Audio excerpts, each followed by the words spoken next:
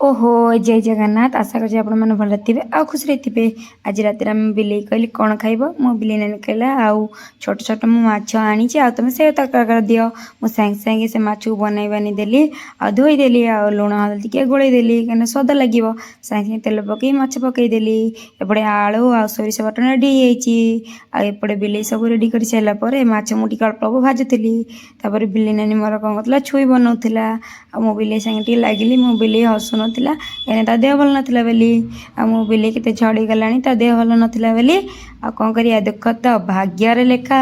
चुई बना चलीची मोर माछ भजा पड़ा रेडी हे गलानी माछ उठिए भलसे न भाजले कम भल लागिवो शीघ्र माछ भाजी देला परे माछ भजा पूरा शीघ्र सरी गला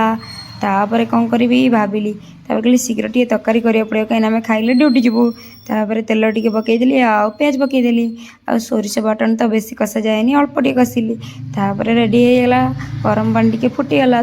छुई टे पकईदेली पकई सारा पर किछि समय पर मु छोट छोट माछ को पकईली तापर रेडी होगा तरकारी मु बिले नानी कहली भात टे बाड़ीदेल जोरसोर भोक लगे मो बिले भात बाड़ीदेला तरकारी बाड़ीदेला आ मो बिले नानी बसिकी आराम रे खाइलु। जय जगन्नाथ।